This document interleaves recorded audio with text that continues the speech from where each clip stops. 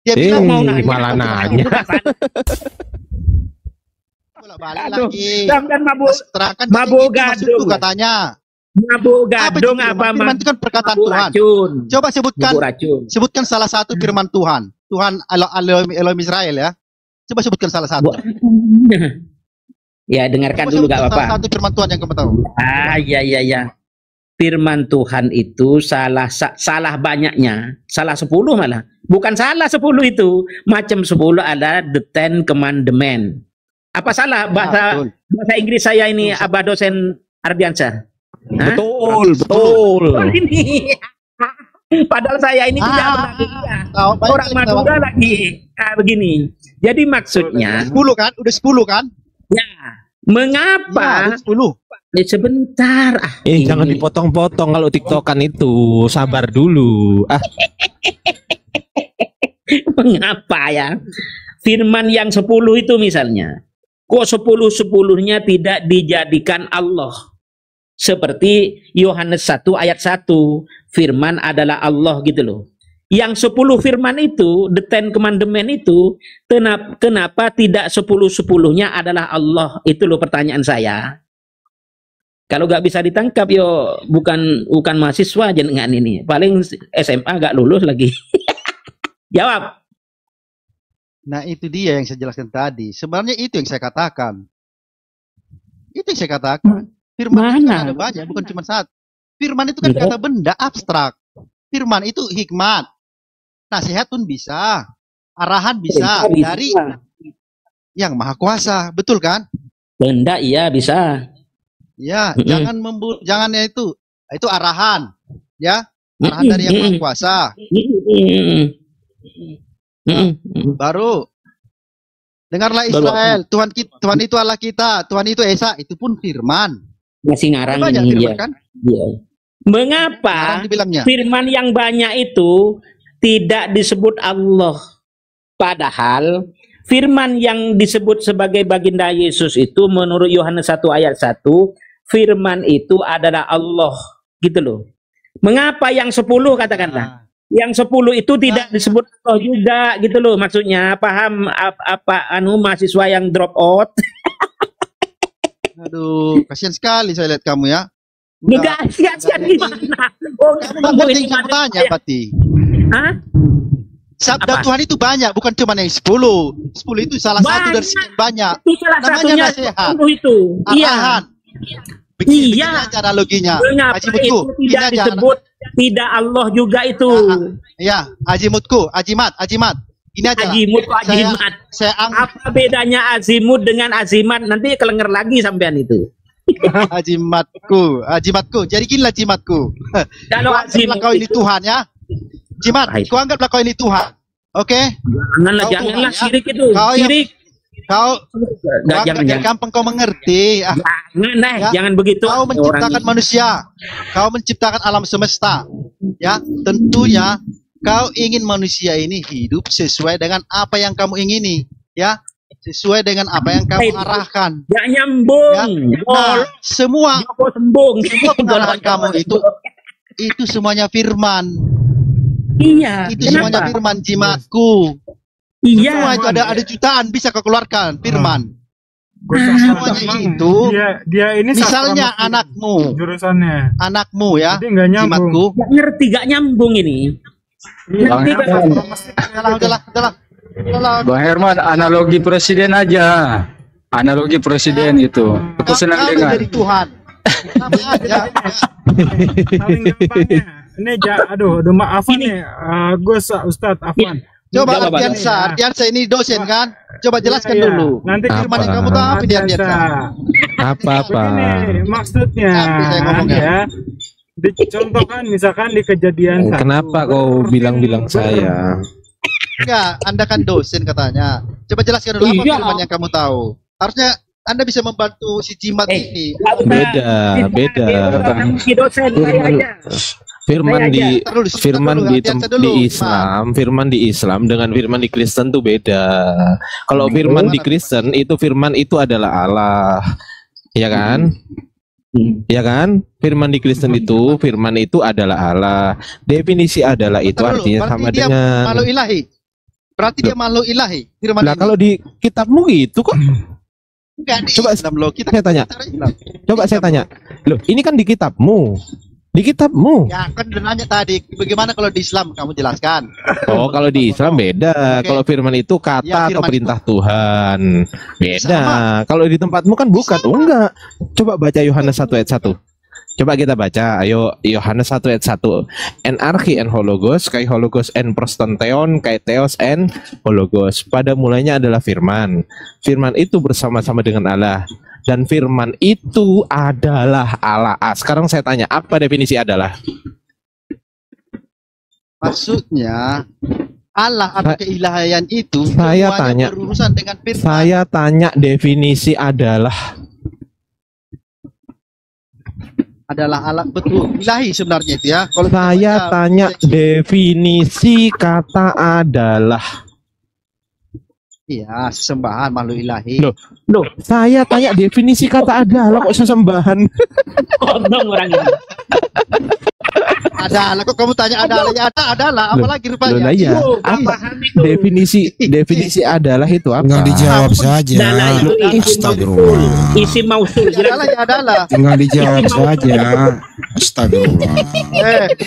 Ada si Handi, Handi. Coba. Pertanyaan simpel Herman. Herman. Kalau nggak tahu, Ya kalau adalah nggak tahu itu dikasih apa tahu. definisinya? Adalah. Apalagi Loh, adalah. Kalau nggak ini nggak tahu, nyambung. kalau nggak tahu dikasih tahu. Kalau nggak tahu bilang, saya kasih tahu. Ini orang mabuk gadung Abang Handi Selebes ini. Mabuk Tahu Kalau- Hardiansa. Apa Kalau itu nggak adalah? tahu, saya kasih tahu. Definisi adalah itu artinya sama dengan. Sama maknanya dengan. Itu definisi adalah. Sama maknanya dengan. Kalau sama itu berbeda atau tidak berbeda? Saya tanya. Ya lah, betul lah sinonimnya itu. Enggak, saya tanya. Sama itu berbeda atau tidak? Makanya kalau masih berobat jalan, hindari dulu lah naik komal. Itu sudah disidangkan. Siapkan Coba, di ini rumah saya- sakit jiwa Cempaka. Saya selesaikan dulu. Jadi definisi sama itu berbeda atau tidak berbeda? Tidak berbeda. Nah, berarti firman tidak berbeda dengan Allah. Sepakat? Sepakat? Firman tidak berbeda dengan Allah. Iya kan definisi kan sama. Betul lah. Oke, betul. Apakah Allah berfirman? Ya. Oke, kalau oke, apakah Allah beralah? Nah, di situ. Loh, Di situ dia katanya nggak sama semudah tadi. itu. Tadi yang bilang sama Nggak siapa? semudah itu. Enggak, yang Nggak bilang semudah sama itu tadi siapa? Menerjemahkan Yohanes 1 Nah, kan? ayat 1. Nah kan? Nah kan mulai pusing kan? Enggak Mulai pusing dia. Mulai pusing dia. semudah Mabuk itu. lagi. Mabuk Mabuk lagi. lagi. Oke, Enggak, tadi saya Mabuk Tadi yang lagi. bilang- menjelaskan apa tadi yang yang- saya pahami ya. tadi yang bilang Biasa. sepakat. Tunggu. Tadi yang Iya. sepakat sama tadi siapa? Betul. Ya. Iya betul kan? Berarti ya sama kan? Firman sama dengan Allah kan? Betul kan? Oke, aku jelaskan ya bagaimana Oke, pemahaman tunggu dulu, itu ya. tunggu dulu, pelan-pelan Itu kita, pemahaman pelan-pelan, dulu, bukan pelan-pelan pemahaman. dulu, santai-santai, tenang. Ini kan sesuai dengan pemahamanmu. Firman itu sama dengan Allah, artinya firman tidak berbeda dengan Allah, betul? Betul. Nah, apakah Allah berfirman? Betul dong. Ya. Apakah Allah kau bilang apakah baik, Allah kan? beralah? Tahu aku. Makanya ini mau aku jelaskan. Udah tahu aku Loh, apa. nggak usah dijelaskan dulu, dijawab dulu, Mau ke arah dijawab kemana, dulu. iya. Ya enggak, Allah enggak beralah. Loh. Kalimat yang salah. Tadi yang bilang Allah sama dengan firman siapa ya? Makanya saya jelaskan dulu. Itu kan kelemahan terjemahan Ardiansa. Kamu jangan Kelemahan jangan tinggi, ya. nyalahkan Ini kan kelemahan terjemahan, nyalakan Kata yang seperti otakmu ini. sendiri, jangan nyalakan terjemahan. Otakmu yang enggak beres, kawan. Kau dosen, tapi caramu membaca kan longor. Loh, Kan akhirnya kan kamu jadi tersesat. Kamu jadi tersesat. Apakah Allah beralah? kacau. Ya, pasti enggak. Berarti apa masalahnya? Kan Loh, gitu harusnya. Lah Allah Pertanyaanmu, Allah sama nggak dengan boleh kau firman enggak? berhenti. Ya tunggu, apakah Allah beralah? Allah sama dengan firman enggak? Kau Allah sendiri sama- jadi tersesat. Masa Allah beralah? Loh, siapa yang menyamakan? Makanya Bang jangan Ardiansa menyamakan ini firman orang sama berobat Allah. ya. Makanya Kasihan loh. kembali ke bahasa asli kalau udah kayak gini. Oh ya udah, Kita nggak enarki boleh and percaya hologos. sepenuhnya kepada terjemahan. Oke, kai hologos and prostanteon, kai theos and hologos. Nah, gimana? Iya. Nah, ya Nggak terus. paham itu. Tuhan Allah aja Apalagi itu Allah. ketinggian. Ketinggian itu. Allah itu semuanya Oke. tentang firman. Kita kembali ke bahasa Itu asli. mobilnya sudah Kita menunggu itu rumah kembali sakit ke jiwa. bahasa asli. Kita kembali ke bahasa asli. Iya itu bahasa Ama, India, ya, itu oke. bahasa India. Ama tes sate kai kaki apeston palayon meme tapoyi Aduh. jawab. Ngerti itu sudah. Bahasa Yunani aslinya kan. Kat iya ini Bukan, kan itu Yunani bahasa ini. Bugis. Bahasa Bugis itu. Bahasa Madura itu kah? Bahasa Madura. Nah, Katanya mau ke bahasa asli. iya itu bahasa Lah itu tadi kan bahasa asli. Bahasa Madura asli itu. Kalau Bang Ardiansa, kalau Herman ini ahlinya bahasa baru. Coba suruh bahasa baru, bahasa roh. Lanjut Fikih Bang Adi. apa-apa. Lanjut Fikih Bang apa-apa. Adi. Saya juga udah mempelajari ya Yohanes Buang keluar. 1 ini. Wih, mantap. Mempelajari dia. Mempelajari dia. Dari apa? Dia Jadi ini peneliti loh, penemu dia. malai Kemarin dia menemukan dia curut sedang lagi begituan. Nah, dia teliti itu curut gitu. Masa senjatanya kelihatan abah ya. Abah di Selbes. Oh Dia iya, kan Handi, memang- Handi, ada utangku samamu Handi ya. Oi Handi, ada Dia utangku kan- samamu ya. Iya, utang lagi. Utangku sama Handi. Berdua aja. Enggak, si Handi dari tadi ngoceh. Dia pengen panggung kayaknya. Dia pengen panggung, enggak pengen si Ardiansa ngomong. Padahal Nanti aku udah utangmu lama- ditebus sama Yesus, pernah tenang ngobrol aja. sama Ardiansa. Iya. Sama Siapa Handi itu? Iya kemarin benar, udah juga. ditebus sama Yesus, benar Iya. benar. Sama Handi aja ngobrol ya. Ada utangku kemarin sama dia. Dia bilang gini, Iya udah menantang ya juga. udah. Pintar Iya, dan udah. menantang. Dia bilang gini, berarti iman Kristen itu berdiri di atas pembunuhan dan pelanggaran firman Tuhan. Betul nggak bro? Itu utangku Hah? kemarin. Tiba-tiba aku di-kick. Tadi apa itu? Kamu kok di sini Terakhir kok? katanya. Kamu kok ini kok jadi objek berita ya? Oh, cerita. Nah itu dia. Tapi ini Tapi murid udah saya, kejawab. murid saya ini, murid santai aja murid. Kenapa? Ada yang bisa Udah saya kujawab bantu? itu di VT. Udah kujawab itu di VT bro. Jadi pertanyaanmu memang Memang apa? Menggelegur. memojokkan. Memojokkan. Nggak mau jawab. Salah. Saya pernah baca buku ateis ya, buku profesor filsafat yang ateis. Dia pernah bertanya seperti itu, bikin saya jadi hampir ateis. Dia bilang Gara-gara begini, pertanyaan "Kami gue hampir ateis ateis ini." dia. Bukan, profesor filsafat. Kami ateis ini lebih Mabuk mulia dibanding kecubung. kalian yang beragama katanya. Nah itu alasannya karena kalian yang bertuhan itu atau beragama itu berbuat baik karena iming-iming surga. Sama, tapi kami yang ateis nggak usah iming-iming baik, kami tetap baik sama manusia. Nah itu.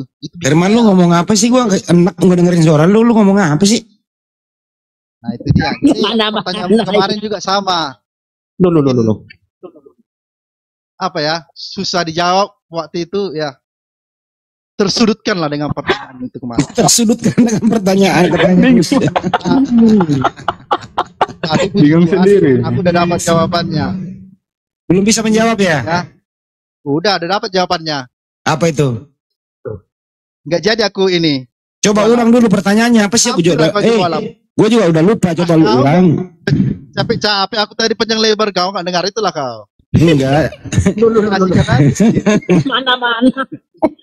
Masa nggak ingat lagi? Coba dulu ingat dulu. Itu Harmen. pertanyaan. Herman. Kacau. Coba ingat lagi pertanyaanmu. Ingat dulu lagi. Ya coba ulang. Sinyalnya itu dibeli juga. Sinyalmu dibeli juga. Kok merah terus itu. Iya, beli HP nggak beli sinyal. Nggak beli sinyal. Habib, ini Beb. Abang Herman nggak beli sinyal. Lagi apa? Cuaca buruk di sini memang lagi. Oh, hujan. cuaca buruk. Lu di haluan kapal, cuaca buruk. Iya, Coba jadi- kau gini Herman, lu coba dengerin. Ini, bro. Coba lu ulang pertanyaannya. Baru lu jawab sendiri, coba ulang. Gue juga lu udah lupa, coba. Iya, thank you. Aku pasti ketemu untuk kau datang. Jadi pertanyaanmu gini kemarin, kita asik cerita tentang Yesus yang akhirnya datang ke dunia ini mau menyelamatkan manusia, dan karena pelayanannya yang 3 tahun itu bikin murka pemuka agama. Akhirnya dengan rekayasa mereka akhirnya berhasillah Yesus dihukum maksimal oleh Romawi, salib. Nah, baru kamu menyimpulkan gini. Berarti iman Kristen berdiri di atas pelanggaran firman Tuhan. Nah, itu pertanyaan yang menyudutkan. Seperti benar, tapi aneh. Belum bisa langsung Seperti menjawab. benar tapi aneh. Kita belum bisa langsung menjawab. Betul, tapi kayak Iya. bermasalah pernyataan. Iya serius. Kok Ya, bisa terus? Andi punya pertanyaan gini ya? Ya, Terus gimana akhirnya sekarang? Solusinya apa tuh? setelah bertapa di gua, akhirnya aku menemukan jawaban. Ternyata Berapa tahun bertapa? berapa tahun? Satu hari aku bertapa. Ya, coba jawabannya apa tuh? Jadi jawabannya adalah iman Kristen berdiri di atas kasih dari Sang Bapa dan Sang Anak. Kalau bukan karena kasih itu, Yesus nggak mau datang ke dunia ini menjadi Mesias. Itulah jawabannya, bro. Jadi penyaliban itu hanya konsekuensi, bukan di atas Herman, agama. masa Ya, orang, dengerin, ya. dengerin. Ya. Iya. Masa orang digebukin itu yang salib lo bilang ajaran kasih, gimana sih lo? Siapa yang bilang? Mana ada yang bilang mah? Salah lagi lu, bertapa di mana lu? Itu kan pernyataanmu, bukan pernyataanku. Udah bertapa 6 tahun baru menjawab, salah pula lagi. Aduh. Itu kalau menurutmu salah ya sudahlah, aku nggak pintar berdebat samamu, bro. Kau kan jago ini mempermainkan. Itu kan itu. Oke lah, thank you ya. Aku ada urusan lain. Thank you. Dia. Ya terserah lu dah. Aduh. Sakit sekarang. Kamu tanya apa sih Bang Andi? Sampai kayak gitu. Pertanyaan saya itu Hari sama dia itu membuat memang langsung dia kabur gitu loh. Bertapa 6 tahun baru balik menjawab sekarang salah pula lagi. Pertanyaan gini, itu kan Yesus mati di tiang salib. Perintah Tuhan itu nggak boleh membunuh orang yang tidak bersalah. Tapi yang mengendaki Yesus mati di tiang salib itu iblis merasuki Yudas, tentara Romawi sama orang Yahudi.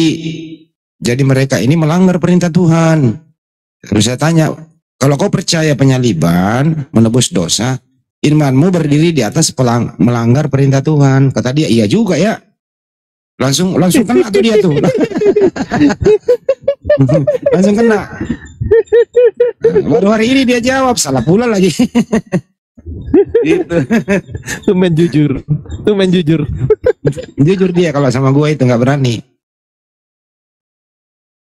Segala-galanya oten ketemu gue, bener. Langsung tersadarkan. Ya Bang, sampai dibilang tadi tuh hampir saja saya ateis. Iya. Hampir dia ateis. Terus dia menjawab salah pula lagi. Masa di salib itu penyaliban adalah ajaran kasih? Gimana ceritanya? Penyaliban itu ajaran keji. Nah ini ada baru masuk nih.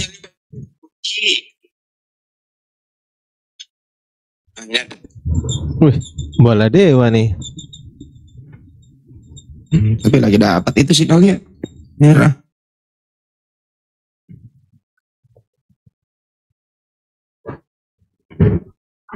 Parah ini semua.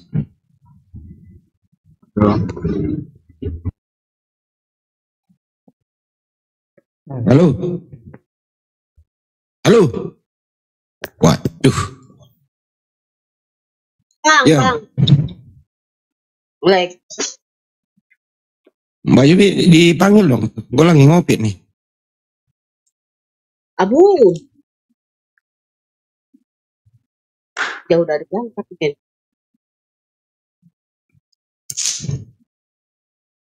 Di sana Jackson bukannya yang ini coba ambil Pak dokter lagi nih. Halo. Untuk sesuai dengan otakmu. Sabar, Jadi disebut bukan sabar sesuai dengan dulu. otak Bapak, Hakikat. tapi sesuai dengan Sabar kaidah dulu, bahasa Pak. Indonesia Bapak. Ilahi. Bapak menggunakan bahasa Indonesia bukan sih Pak? Bahasa Indonesia. Pakai Kita bahasa Bapak bahasa Indonesia bukan? Bapa, Anak, dan Roh Kudus itu 3 pribadi yang berbeda. Kalau nggak sekolah ya kayak gini. Halo.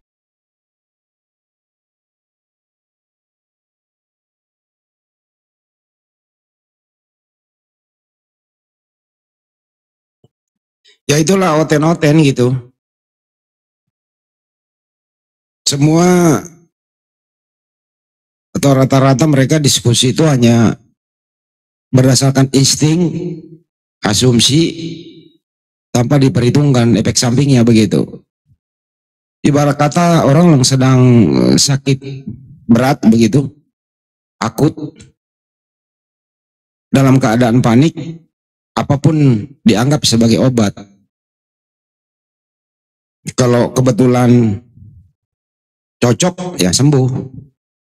Tapi kita perhatiin selama ini belum ada obat yang mumpuni untuk mereka. Obatnya hanya Islam. Obatnya ya itu tadi, kembali ke Islam, itu obatnya. Jadi sebenarnya orang-orang yang kayak tadi itu sakit sebenarnya. Ya kita berusaha ini kan mengobati mereka. Tapi ya mereka memang dasar bahlul gitu. Kita kasih obat yang benar, dia mencari obat yang sesuai dengan selera dia kan gitu. Obat mabuk. Akhirnya sakit permanen itu, Gus. Iya, betul apa, Gus Hendy. Ajaran Islam adem, logis, mudah dimengerti. Itulah obat penenang jiwa. Dikasih nggak mau, dia maunya ajaran Paulus. Nah. Tapi kadang-kadang ada ini juga sih, kadang-kadang enggak gitu loh. Oh iya ya, bener juga gitu loh. Cuma ya dasar udah bahlul, ya namanya juga udah ditutup hatinya gitu ya. Ya itu aja sih, semoga dilembutkan nantinya aja deh, dapat hidayah mereka. Itu sih tugas kita. Amin. Kadang-kadang pertanyaan basic loh, kayak pertanyaannya dosen Ardiansa begitu dikasih multiple choice A, B, C begitu. Sebenarnya memberikan jawaban multiple choice itu mempermudah dia, melembutkan hatinya begitu. Cuman ya dasar bahlul juga kadang-kadang kayak tadi. Gitu loh. Iya, multiple choice itu kan mempermudah kan. Iya, mempermudah. Gitu. Tinggal milih gitu ya, sesuai dengan hati nurani. Tapi kadang-kadang dia nggak mau pilih itu. Dia putar dulu gitu loh. Inilah yang disebut apa? Kalau nggak jadi begini, jawabannya rata-rata jadi begini. Jadi begini kan gitu ya, Ardian saya. Betul jadi begini gitu. Misalnya contoh pertanyaan sederhana. Kalau Tuhanmu satu, coba pilih di antara ketiga berikut ini, siapa sebenarnya yang kau tuhankan? A. Bapak, B. Yesus, C. Roh Kudus, D. Semuanya benar. Di jawabannya apa? Oh, diputar dulu. Ya kan firman telah menjadi manusia. Wah, buset diputar. Nggak dijawab itu. Padahal sebenarnya dia udah paham bahwa kalau saya menjawab salah satunya, berarti yang dua gugur. Kalau saya jawab tiga-tiganya, berarti Tuhan saya tiga. Nah, kan serba sulit juga memang menjawabnya. Kalau menjawab choice yang keempat semuanya salah, tambah berabi lagi. Berarti dia ateis, gitu aja. Aduh. Untuk itulah. Itu tadi malam Gus Hendy Selebes itu YouTube jenengan menjadi bahasan di komunitas Kiai Kampung. Kan saya punya komunitas itu sudah bertahun-tahun yang lalu. Oh, yang apa ya Gus? Lupa saya tuh semalam. Yang itu yang di YouTube-nya jenengan, Hendy Selebes channel itu apa itu, tentang usia nikah baginda Nabi dengan Sayyidah Siti Aisyah. Oh iya, ingat ya. Panjang berapa jam, 2 jam atau berapa itu? Masya Allah. Bagus itu. Nah, tapi gini loh Gus. Ya, kan kitabnya Gus banyak semalam itu dipaparkan semua Bang Ardiansyah. Mantap itu penjabarannya. Ya itu, tapi orang itu gak mau mendengar kitab itu, ya itu multiple choice yang keempat itu semuanya salah.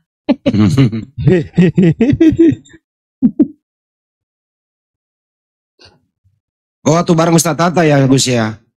Ya ingat gitu ya. Iya. Ada jenengan, ada Bunda Rahma, ada banyak itu. Ya Allah Rasulullah. Sebenarnya ya orang-orang sekarang ini gitu loh ya, memperkuat imannya dengan menyalahkan sesuatu yang dia tidak pahami. Itu yang saya paham, itu yang saya tangkap selama ini. Kenapa? Karena sumber ilmu mereka itu memang sumber dari media-media mainstream, bersumber dari barat. Itulah mereka pegang untuk memperkuat imannya.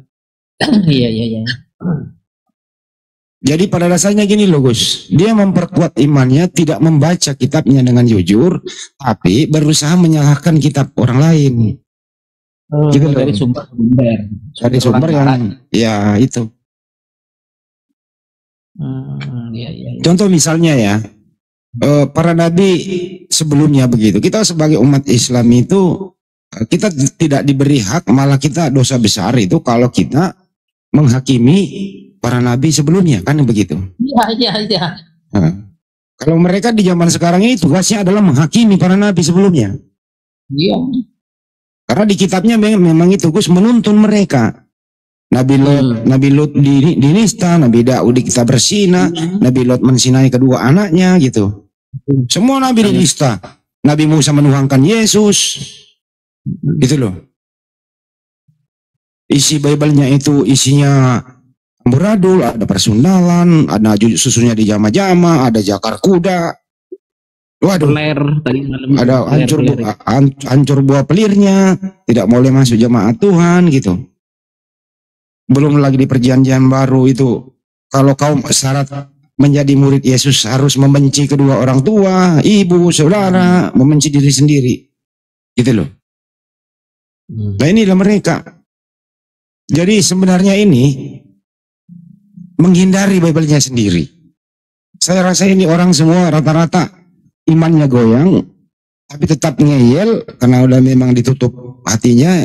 Ya bagaimana supaya bisa mencari kawan untuk masuk neraka, ya mencarilah saudara-saudara kita tuh dihajar sampai habis begitu.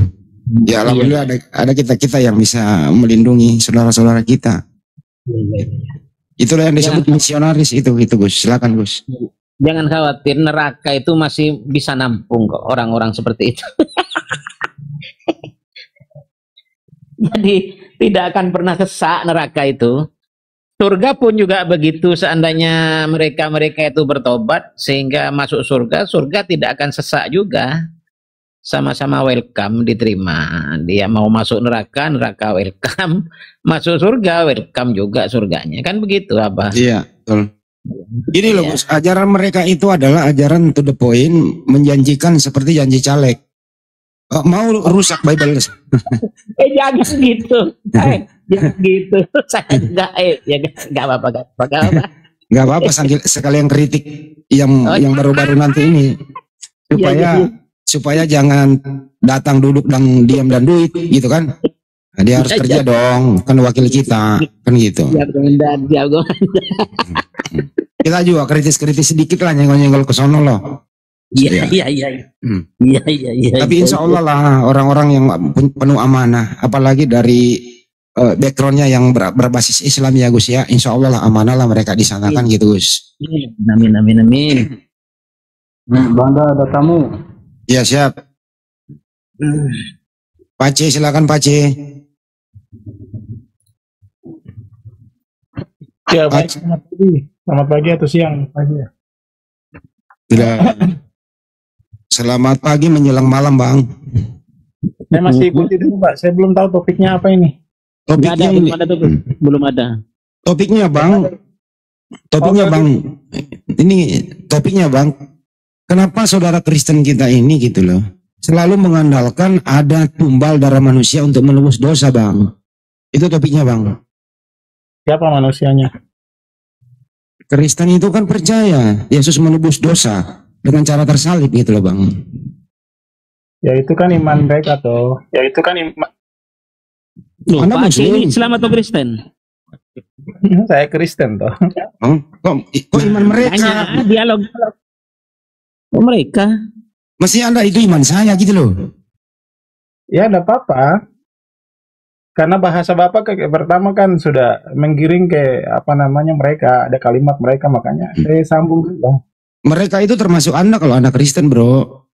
Ya makanya jangan bilang mereka, bilang kalian atau Mereka sama kalian itu hampir sama loh konotasinya, Sama Bang. saja lah ini.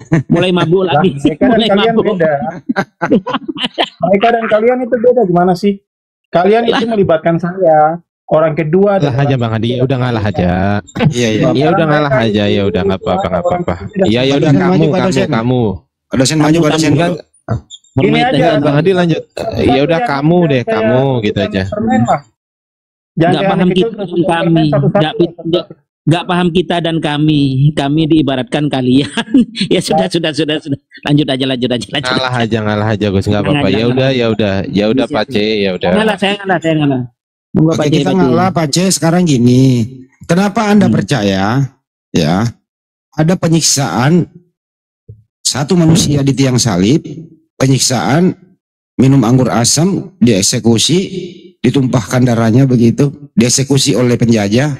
Anda jadikan momentum iman Anda berdasarkan di sana terus menebus dosa Anda. Alasannya apa itu loh Pak C? Silakan Pak C. Dulu itu kan, ini kan kembali lagi iman kami. Oke, sudah selesai. Nah, dulu itu apa namanya? Siapa yang bisa melakukan hukum Taurat? Ini sebelum ada Quran ini. Sebelum ada Quran, sebelum ada Injil. Lalu kita kembali bertanya siapa yang bisa melakukan hukum Taurat? Nah, begitu. Tidak ada yang bisa melakukan hukum Taurat. Kata Satu siapa? pun tidak ada yang bisa melakukan hukum Taurat. Sebentar, Pak. Satu pun tidak ada yang bisa melakukan Biarin dulu hukum Gus, dia Taurat. bernarasi. Ya. Gimana sih? Apalagi, karena tidak Satu pun tidak ada yang bisa melakukan hukum Taurat. Nah, oleh sebab tidak ada yang bisa melakukan hukum Taurat, maka Yesus datang. Simpelnya gitu. Saya tahu nanti Anda akan masuk lebih dalam. Tetapi intinya bahwa di dalam hukum Taurat itu ada korban-korban tebus dosa, ada penebusan dosa. Apabila orang bersalah, maka mereka harus membawa apa namanya lembu, burung tekukur atau apa yang sesuai dengan yang di. udah cukup alasannya, banyak kepanjangan Bang. Kita udah Nah, paham. Anda mau saya bicara, kasih bicara, waktu saya bicara Anda tidak. Karena Anda mau udah jawab Bang, kepanjangan. Ya harus kepanjangan, memang karena jawabannya panjang. Ngalah. Kalau tidak panjang, Oke, gimana Anda mau ngerti? Silakan Bang. Atau orang yang lain bisa ngerti, gimana sih? Enggak gimana gue, terus saja sampai Nah, wafat. sepertinya Anda dia udah jawab, karena tidak ada orang yang sanggup melaksanakan hukum Taurat sehingga Yesus mati terkutuk di tiang salib. Kan itu jawaban Anda tadi. Kenapa mesti dilebarin? Bukan lebarin. Kenapa? Apa yang tidak sanggup? Nah, itu kemudian harus Ya kan dijabarkan. itu belum ditanya. Ah, tidak apa-apa. Anda pertanyaan Anda itu menggiring apa namanya jawaban saya ke situ. Anda ini bukan domba yang saya giring, Anda ini manusia loh. Jadi Yang tidak digiring itu adalah binatang ternak yang digiring. dalam hukum Taurat itu Domba-domba. ada penebusan dosa. Penebusan dosa itu apabila orang bangsa Israel kemudian melakukan dosa, maka mereka harus Bangsa lah gini bawa. datang ke imam, bawa lembu, kemudian yang tidak bercacat, lalu kemudian imam akan sembelih dan darahnya dipercikan di mesbah-mesbah, Ya tanduk-tanduk apa hubungannya ke sana ya? Kita omongin penyaliban kok. kemudian orang itu akan dinyatakan bersih, tetapi kemudian Ini yang gua maksud ini Gus. Kita ngomong apa dia ngomong apa? perlu ada satu korban penembusan dosa satu untuk selamanya. Siapa yang bisa? Harus ada korban yang sempurna. Tidak ada yang sempurna, hanya Yesus saja satu. Ya udah kita udah paham, makanya tadi kan kesimpulannya adalah udah diam. Kesimpulannya adalah karena udah ya gantian. Kesimpulannya menurut Anda nih, karena zaman dulu orang tidak sanggup melaksanakan hukum Taurat. Sudah melaksanakan bagaimana persembahan darah hewan, tidak mempan. Bahkan di Ulangan 29 nomor 14 itu, tai sapi, kotoran sapi itu dibakar untuk penebusan dosa tidak mempan. Akhirnya Yesus, Tuhan sendiri turun ke bumi. Anda baca baik-baik. Untuk diam, gantian bicara. Gantian. Jadi Tuhanmu sendiri turun ke bumi untuk ditangkap, diludahi, digamparin, ditelanjangin, kemudian mikul salib, naik ke bukit Golgota, langsung disikat, ditombak lambungnya, dipaku tangannya, mati. Kan begitu iman Anda bro, betul ya? Sederhana sekali imanmu, makanya itu waktu Itu imanmu kok iman saya. bukan Orang imannya sendiri.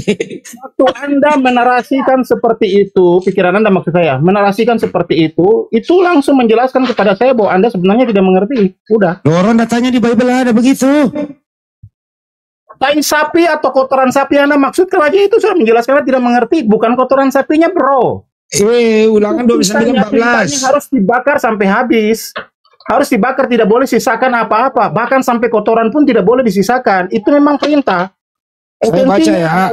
Saya baca nih. Binatang atau lembu itu tidak boleh ada yang sisa. Semua harus dibakar habis.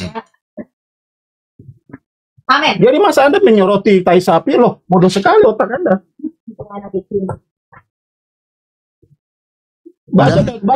Gimana dengan batu hitam yang dicium itu kemudian menjadi satu penebusan dosa, gimana? Udah belum? Jangan ke sana. Saya baca ya. Keluaran 29:14. Ini data loh ya. Tetapi daging lembu jantan itu, kulitnya dan kotorannya haruslah kau bakar habis dengan dengerin dulu, ini data dibaca, jangan panas.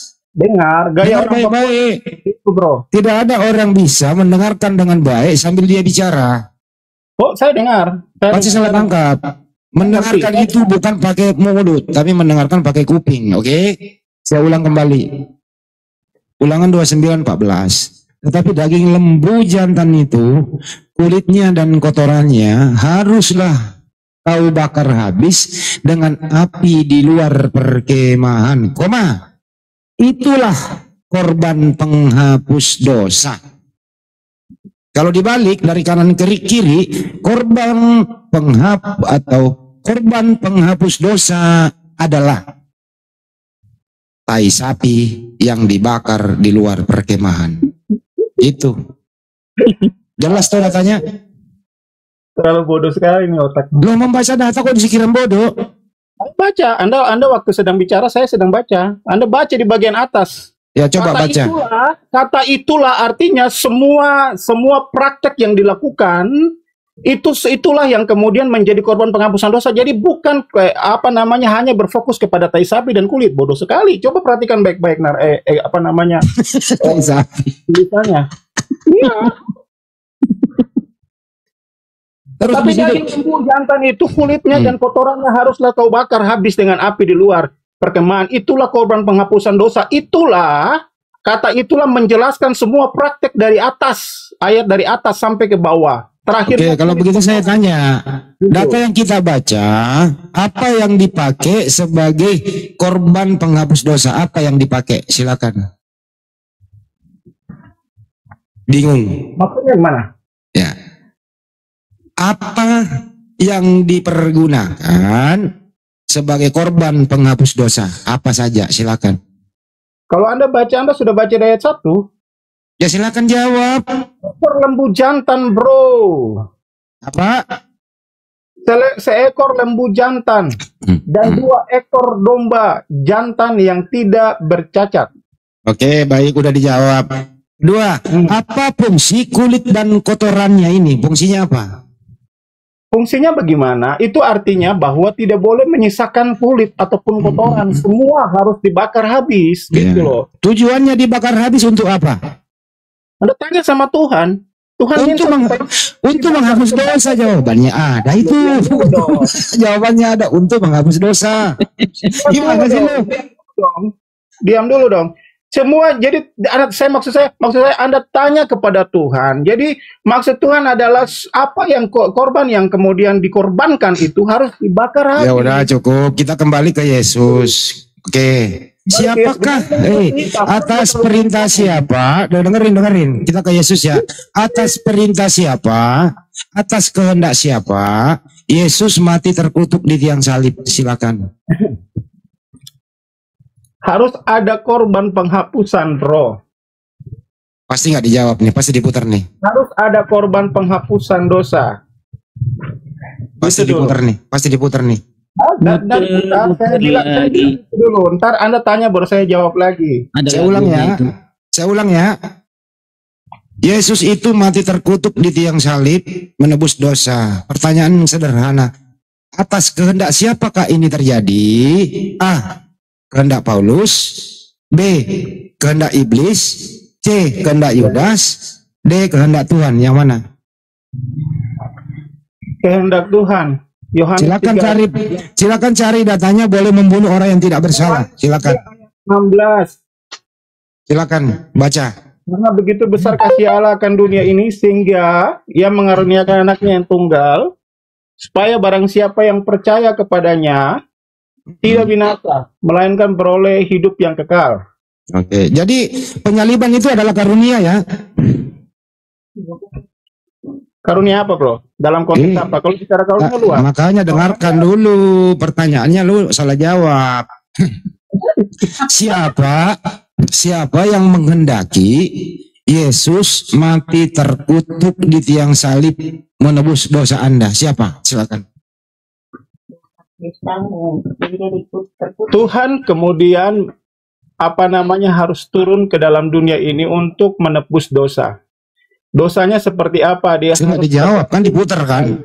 Sabar. Kata siapa itu menyebut nama dulu. Nah, Tuhan, saya kan bilang Tuhan itu kehendak Tuhan sendiri. Siapa nama Tuhan itu yang menghendaki Yesus mati terkutuk? Siapa nama Tuhan itu? Tuhan sendiri adalah Yesus sendiri, Bro. Oke, jadi Yesus sendiri. Ya udah cukup. Jadi Yesus sendiri menghendaki dirinya mati terkutuk, betul? Ini kalau kita ini kamu bilang nista agama. Suami istri ini bisa. Gus, suami istri ya Gus. Bukan suami istri, lagi banyak di sini. Iya. Nanti baru kamu bilang nista. Kita lagi dengar Anda ini. Oke. Saya ulang ya Bang, kasih gede suaranya. Perdengarkan semua jamaatnya di situ. Dengarkan ya. Diam dulu. Tertulis di Galatia 3 nomor 13 begini bunyinya. Kristus telah menebus kita dari kutuk hukum Taurat dengan menjadi kutuk karena kita. Sebab ada tertulis, terkutuklah orang yang digantung di tiang salib. Pertanyaan saya, siapakah yang terkutuk di tiang salib? A. Yesus, B. Yudas. Yang tergantung di oke. Saya bilang Yesus. Kalau Anda sempat bilang Yudas, mana ayat dalam Al-Quran bilang itu Yudas? Orang saya nggak berpendapat kok. Udah, jawab dulu. Saya nggak bilang Yudas. Nanti itu. Anda yang jawab. Yang mengatakan bahwa yang tergantung di kayu salib itu Yudas. Saya nggak pernah bilang Yudas. Saya jawab nanti. Ya, silakan. Anda nggak dengar, saya kasih dua pilihan. Tadi saya kasih dua pilihan. Yang terkutuk di tiang salib itu A. Yesus, B. Yudas. Anda memilih Yesus, ya sudah. Mulai kenanya orang. Oke, artinya menurut Anda Tuhan Anda terkutuk, betul? Sekarang saya mau tanya, saya jawab Yesus, tetapi saya tanya, dari mana kata Yudas Anda bisa dapat? Yudas, baik, saya kasih. Yudas itu adalah orang yang pengkhianat, kerasukan iblis. Akhirnya dia mengkhianati Yesus, sehingga nanti siapa nanti yang akan kucium, itulah yang ditangkap oleh tentara Romawi. Setelah ditangkap Yesus, yang Yudas berkhianat karena kerasukan iblis, ditangkaplah Yesus, diolok-oloklah dia, kemudian digamparinlah dia, diludahilah dia, diberi dia mahkota berduri, kemudian dibuka bajunya, ditelanjangi, dimikul salib sampai Bukit Golgota, langsung disikat miring, langsung disalib. Terkutuklah Tuhanmu itu di sana. Inilah andil besar daripada Yudas yang kerasukan iblis. Begitu jawabannya. Ini Anda nih.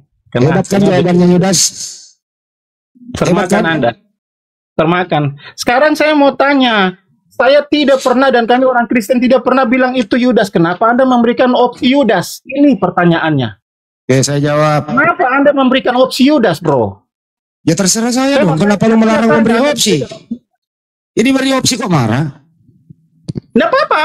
Tapi maksudnya saya jawab Yesus. Tetapi yang mengganjal adalah kenapa Anda memberikan opsi Yudas? Kami tidak pernah kenal dan tidak pernah terbesit bahwa yang tergantung itu Yudas. Kenapa Anda memberikan opsi Yudas? Kenapa Anda melarang memberi saya opsi itu loh?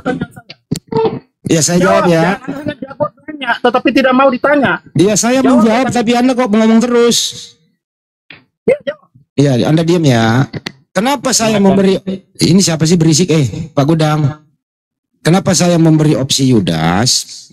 Nah, karena ingin menguji apakah Anda ini sehat atau tidak. Karena di dalam perintah Tuhan di Ulangan 20 nomor 13 bahwa menurut perintah Tuhan sampai berlaku sampai saat ini dilarang membunuh orang yang tidak bersalah. Itu perintah Tuhan. Oke, tidak. Dengar dulu, belum selesai ini. Dengar, saya sangat dengar. Saya hanya bilang lanjut, bro. Lanjut. Iya. Jadi yang boleh dibunuh adalah orang yang fasik, orang yang mempunyai dosa, pengkhianat, itulah yang harus dibunuh. Sedangkan Yesus itu tidak punya salah. Dia orang baik, dia orang soleh. Artinya kalau kita tidak termakan atau tidak terkontaminasi babi di dalam kepala kita, tentu kita berpikir jernih bahwa yang boleh disalib sesuai perintah Tuhan itu orang pengkhianat, bukan orang baik seperti Yesus. Tapi kalau otak kita terkontaminasi dengan babi, ya selalu mengatakan orang yang tidak bersalah inilah, utusan Tuhan inilah yang harus dikutuk di tiang salib. Begitu, Bang. Diam. Kena semua jemaatnya di sana, bos. Kena semua jemaatnya. Ini mereka sedang melihat kebodohan si yang lagi bicara. Kena semua jemaatnya di sana. Membuat satu narasi, putar ke Jakarta, balik ke Bandung, lari ke Malang, putar ke Surabaya. Nah, ini kebodohannya di sini. Terserah Anda mau katakan seperti apa, tetapi yang saya mau tanya adalah mencret berjamaah di sana, betul ya? Gimana? Dari mana ide nama Yudas gitu loh? Bahkan jemaat saya pun itu tidak pernah terbesit dalam pikiran mereka tentang Yudas di kayu salib. Tidak pernah. Ayat kami pun tidak pernah ada. Dari mana Anda menggiring opini ke Yudas dalam sebuah pertanyaan? Gitu. Coba. Saya jawab lagi ya. Anda hanya bernarasi kosong, terputar ke sana, terputar ke sini. Mari jawab. Ya udah, oke. Badiam juga ngana. Siapa ngana bang ngomong terus ngana? Badiam jawab. Main ngana di sana. Badiam jawab. Ini sedang bicara memperlihat kebodohannya. Iya, badiam juga ngana. Orang bicara dang. Siapa nama bicara terus ngana?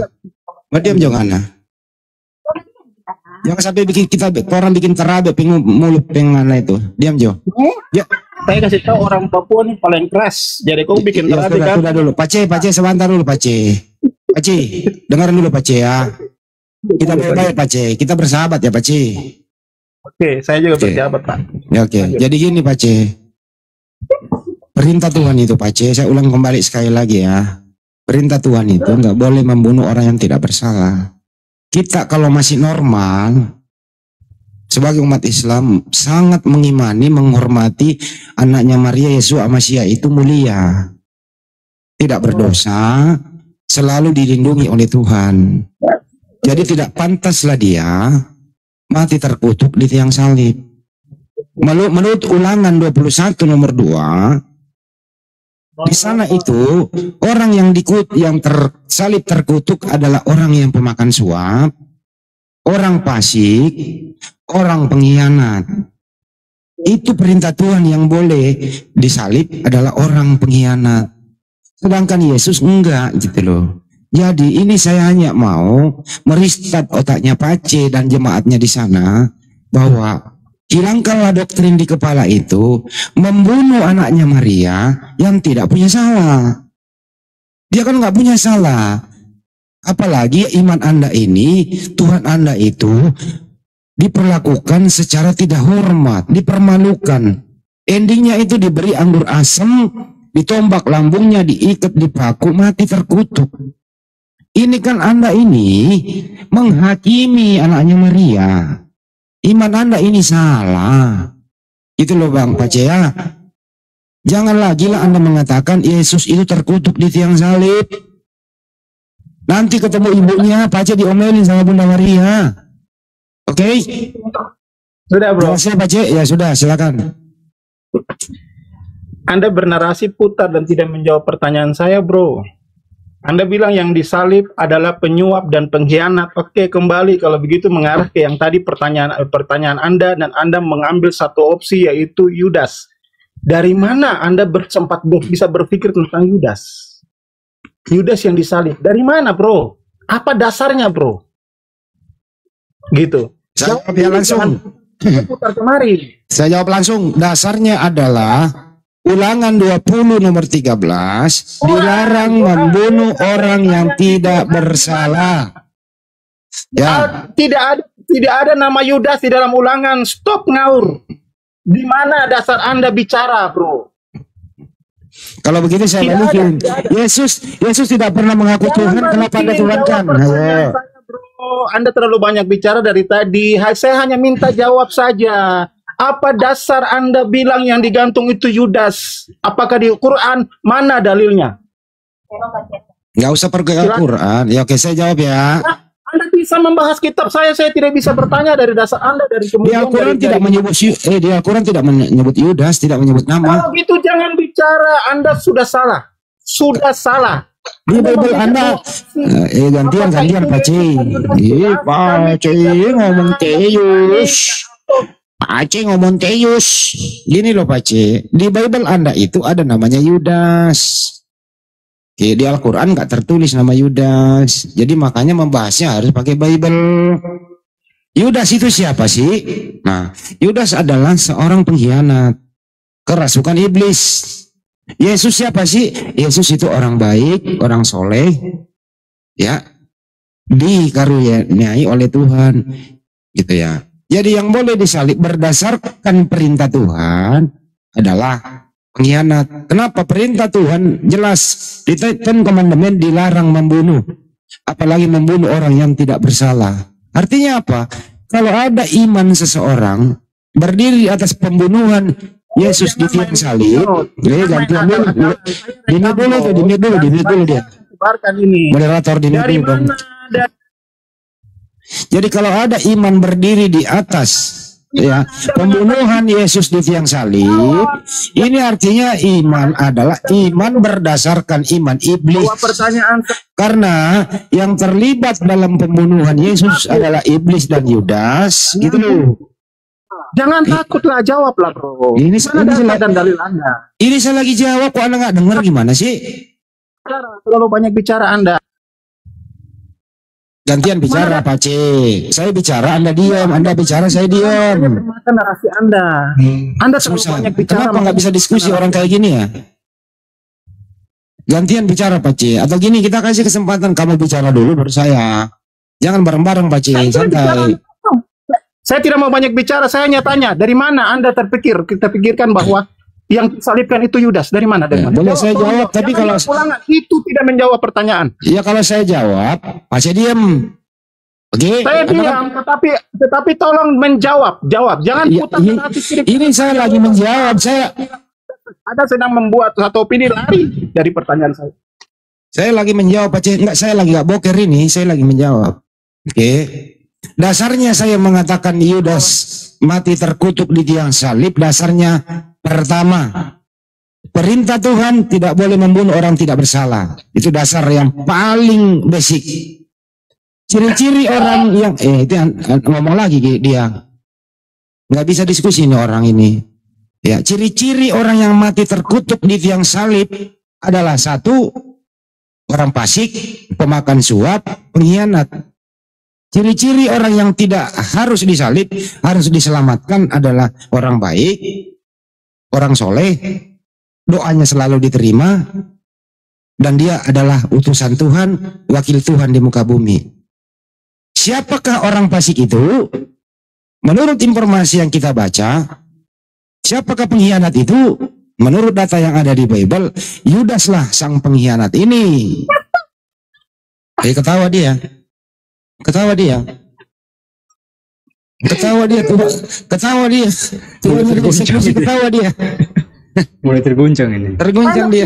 Pertanyaan terlalu banyak bicara, putar. Saya jawab. Saya tanya, mana tulisan secara harfiah di dalam Bible bahwa yang tersalib di atas itu adalah Yudas? Kalau tidak, Anda hanya menuduh dan tidak punya dasar bicara. Oke, baik. Oke.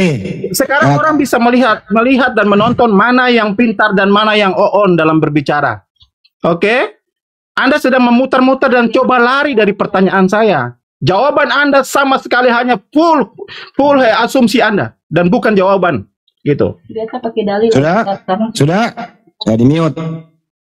Kalau ini hanya berdasarkan asumsi, ya memang Anda karena memang iman Anda memang harus anak Maria yang harus terkutuk, ya is oke. Memang iman Anda itu harus mengutuk Tuhan menebus dosa Anda. Ini memang sudah akut. Karena ini hanya saya mengedukasi bahwa yang boleh dikutuk itu adalah pengkhianat.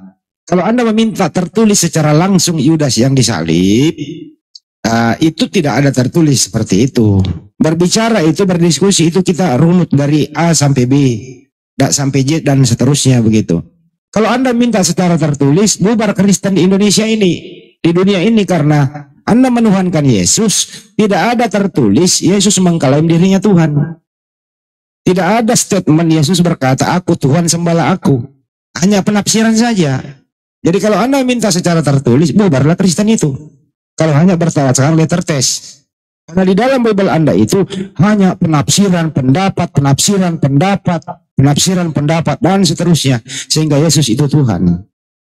Kalau boleh saya tanya balik. Mana tertulis Yesus itu Tuhan di Bible Anda? Yesus mengaku Tuhan, nggak ada juga tuh. Makanya diskusi itu pakai akal. Ya, lemak-lemak babi di dalam kepala, tolong dikeluarkan dulu lah. Istirahatkan dulu pikiran bahwa hanya orang gila, hanya orang oon, yang percaya. Dengar dulu. Hanya orang oon yang percaya manusia sebaik Yesus mati terkutuk di tiang salib. Anda belajar dulu lah, belajar baru diskusi sama saya, dua arah. Emang Anda menguasai Bible, nanti nggak bisa baca originalnya. Anda selalu mengatakan ke kami bahwa kami hanya asumsi tidak punya dalil. Oke, sekarang saya minta dalil. Anda tidak bisa menunjukkan dalil. Itu artinya Anda hanya bisa berkata kepada orang lain tetapi tidak pernah introspeksi diri. Oke, selesai. Belajar dulu baru diskusi dengan saya. Silakan undang saya, Pace Alur, undang saya. Kita diskusi mengenai ini. Anda kalah. Saya sudah rekam ini. Anda tidak punya dasar tentang Yudas. Tidak ada bukti eksplisit ataupun harafiah di dalam penulisan baik Bible atau Quran. Sementara Anda hanya bernarasi kosong, berasumsi kosong, dan beropini kosong. Hanya Anda mengatakan yang disalib itu adalah Yudas dalam sebuah opsi pertanyaan. Anda salah.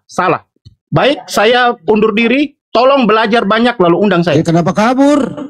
Kabur. Ada. Saya timpali dulu dikit ya. Hanya orang yang terdoktrin dari kecil sampai dewasa, akalnya dimatikan, mengimani bahwa orang sebaik Yeshua Amasya, orang sesoleh Yeshua Amasya, dia adalah wakil Tuhan di muka bumi di zaman itu sesudah Nabi Musa diutus untuk kepada Bani Israel.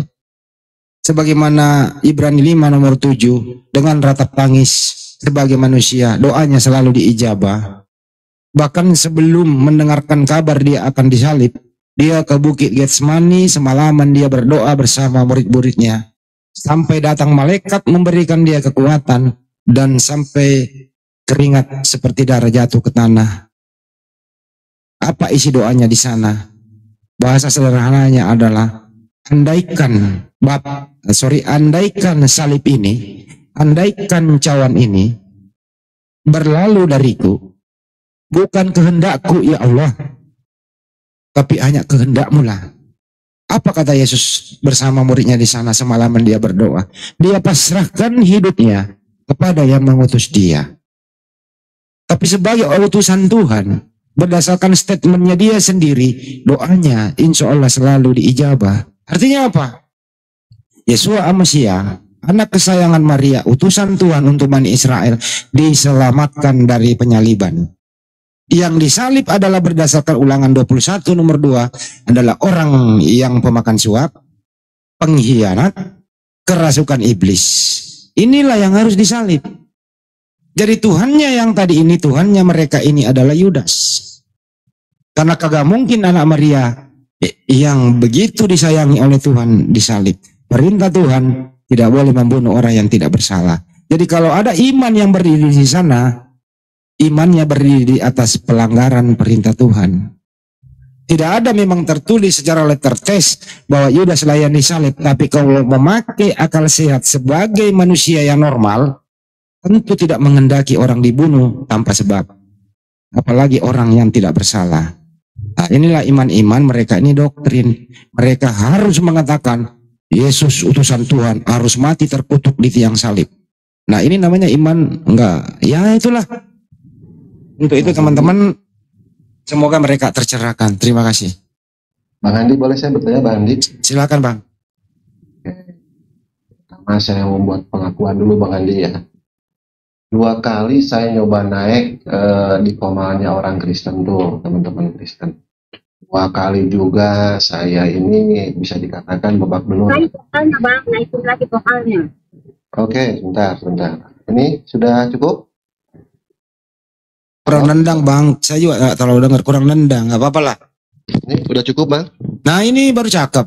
Oke Bang Andi, saya mau buat pengakuan Bang Andi. Saya Sebelum pengakuan abang ini Muslim atau Kristen Bang? Muslim. Oh iya silakan. 2 kali saya nyoba naik di komalnya teman kita Kristen. 2 kali juga saya gagal total. Pertanyaannya nih Bang nih, bagi kami yang belum paham tentang Al-Quran maupun Bible begitu ya, apakah kami ini layak naik ke komal? Gitu ya, itu satu Bang Handi ya, itu satu. Jadi saya ingin Bang Handi memberikan arahan ke kami, orang-orang yang belum memahami benar-benar tentang Quran, tentang Bible, itu apakah layak kita naik ke komal-komal orang Kristen? Gitu ya, satu. Yang kedua Bang Handi, tentang nas yang tertulis tadi, baik tentang penyaliban Yesus maupun tentang ketuhanan Yesus, setahu saya atau sependengaran saya, itu kan tertulis di bukan Injil, kitab mereka atau Bible mereka, misalkan ini ya, kalau moga-moga nggak salah Markus, entah itu misalkan di Lukas, entah itu di Petrus dan sebagainya. Ketika ayat-ayat itu ada secara letter tertulis nyata di situ ada, apakah itu bisa dijadikan hujah bagi mereka, walaupun misalkan kita yakini itu hadis bukan Injil, Bible yang diciptakan setelah Yesus wafat. Terima kasih Bang Andi, itu aja. Makasih Bang Andi. Kalau boleh saya berbagi, sebelum kita masuk ke komal mereka, kita dulu mengenali diri kita, apa itu mengukur kemampuan kita. Apakah kita sudah mampu atau tidak? Karena yang kita hadapi ini adalah batu keras, begitu Bang, keras. Untuk itu butuh kepiawaian, butuh jam terbang, ilmu komunikasi. Yang penting adalah harus mengenali lawan kita dulu, gitu. Kenali lawanmu agar mudah untuk menaklukkan lawan itu. Harus penuh strategi dulu gitu loh.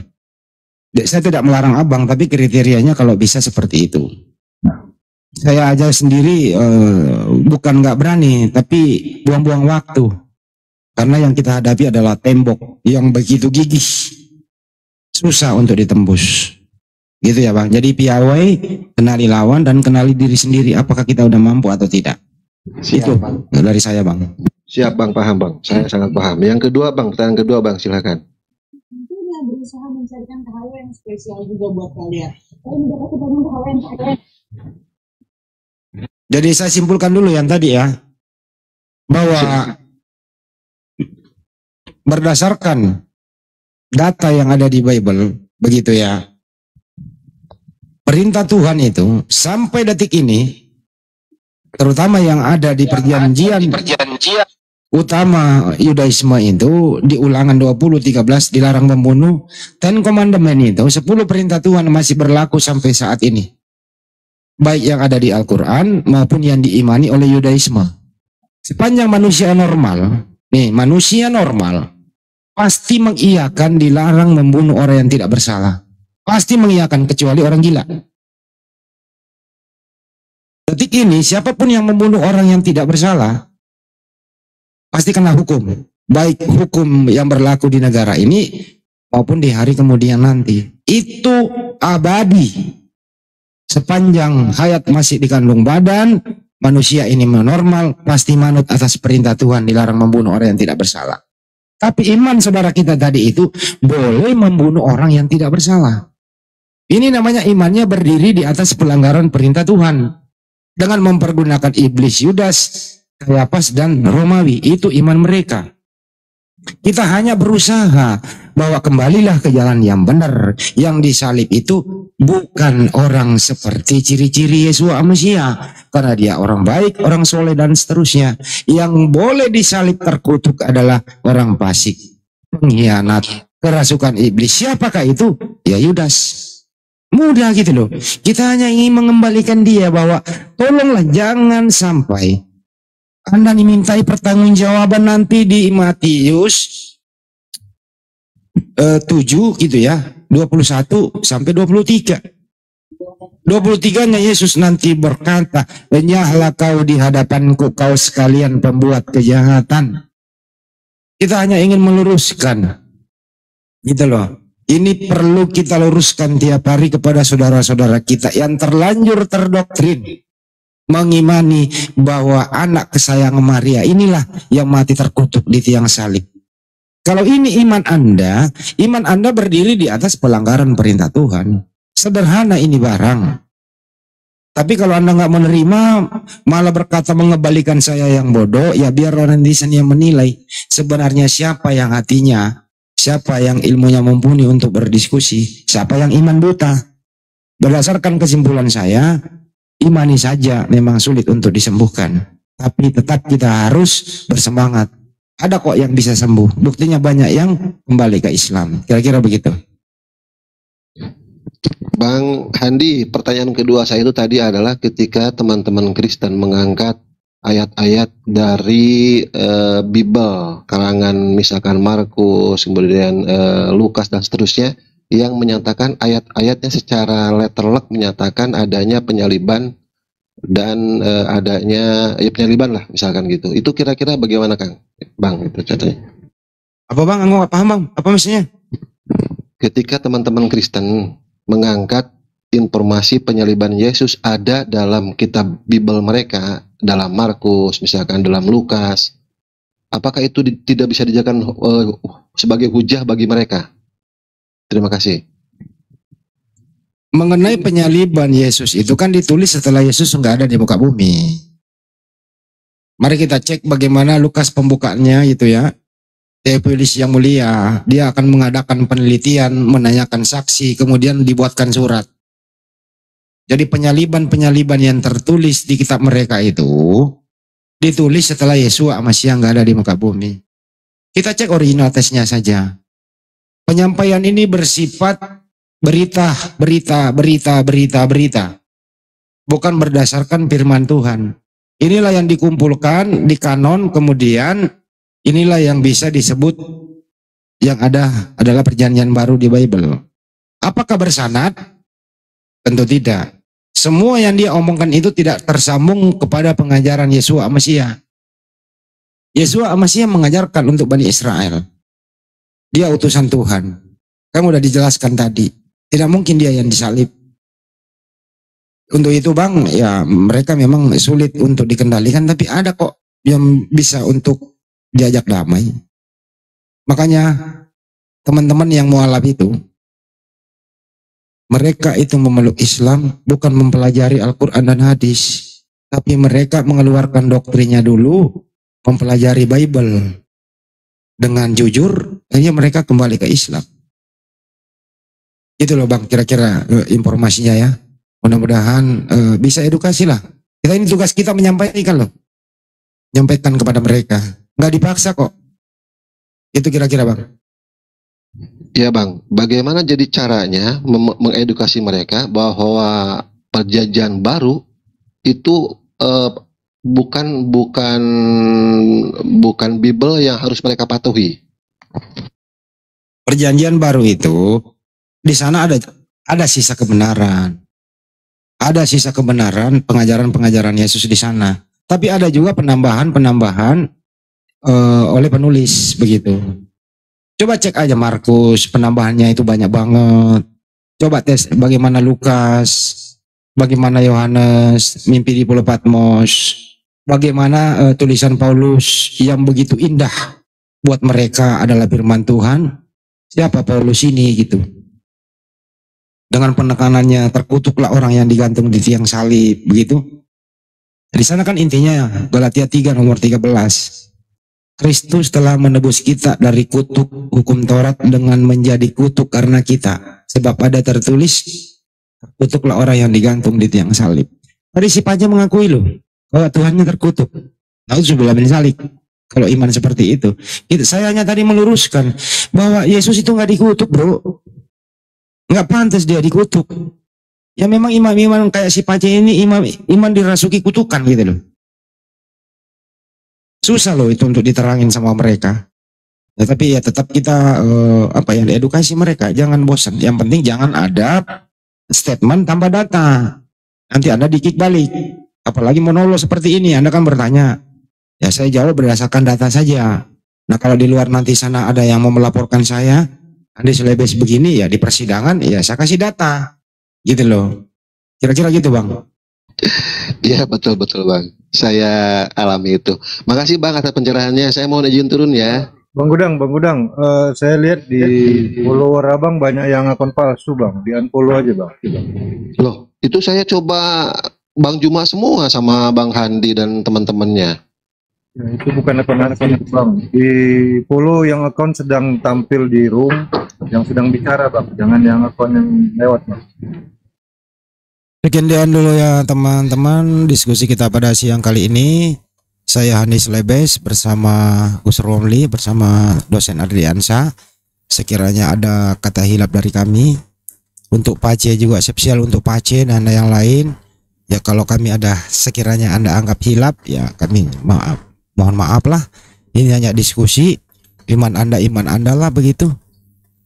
Tapi jangan logikal pelasi terus menyerang personal, mengatakan saya bodoh. Karena yang Anda bodoh, ya sebenarnya yang bodoh itulah Anda boleh baca 1 Korintus 4 nomor 10. Anda bodoh karena ke Yesus. Tapi it's okay. Sekali lagi sekian diskusi pada kesempatan kali ini. Sampai jumpa. Wabillahi taufiq wal hidayah. Assalamualaikum warahmatullahi wabarakatuh.